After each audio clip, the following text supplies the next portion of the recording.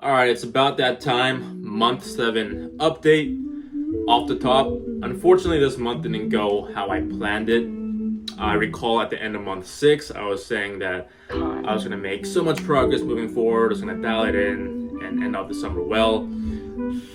Unfortunately, didn't pan out that way.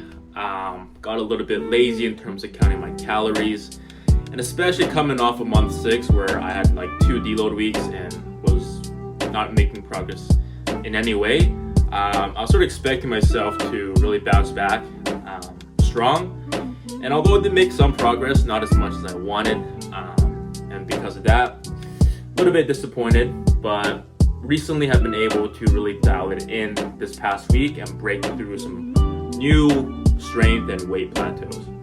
And in terms of diet, I've been at 3,900 calories.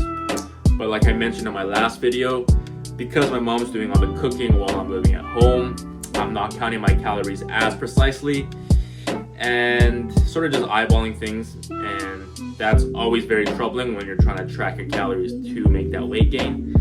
And because of that, I also find myself yo-yoing a lot with my diet.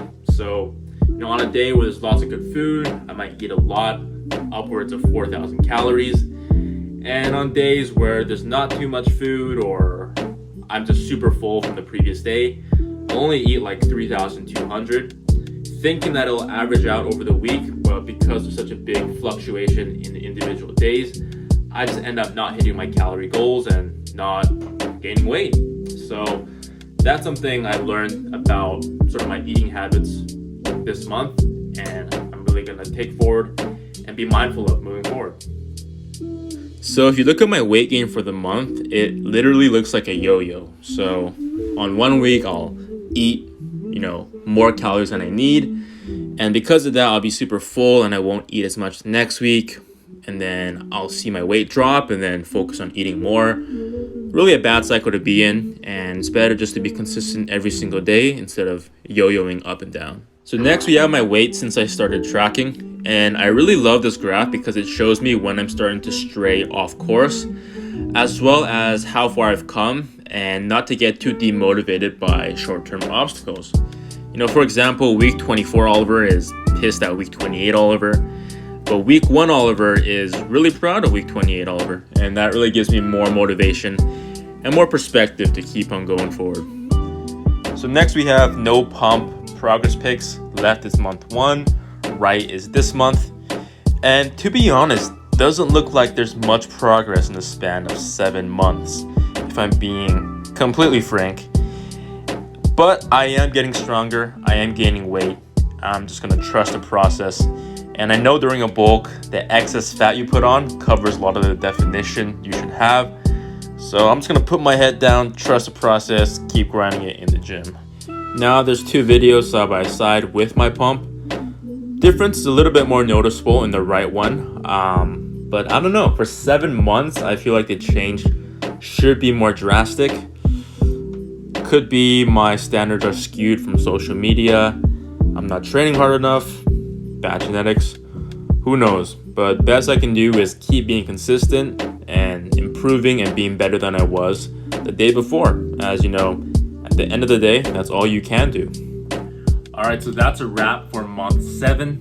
In general, not too bad of a month. I think I learned quite a bit about myself and what I need to do in order to reach my goals. And I think I'm really at a point where I'm in the middle. So here's someone that's skinny, here's someone who's super aesthetic. I'm not at the point where I'm super skinny and I have visible abs all the time. And I'm not aesthetic enough where I'm super strong and I have that muscle to show for.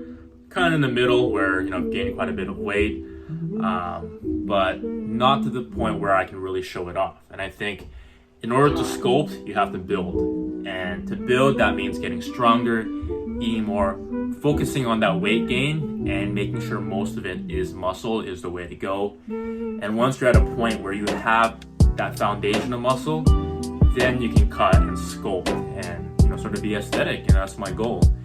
And I'm learning as I go too. I think this is an interesting thing where I'm just documenting every single week.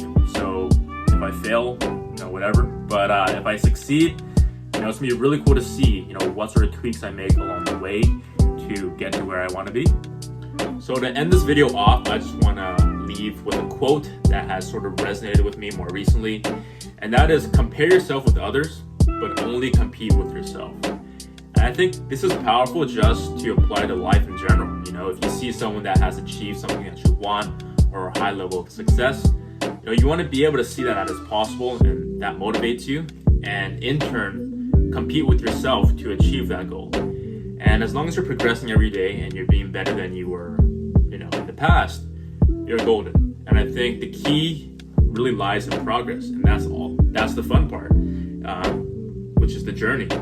Because if I can just snap my fingers and get my dream body, it would be awesome at all, but it wouldn't be nearly as rewarding as knowing how much work I put in. And I think that's the golden rule. Compare yourself with others, compete with yourself.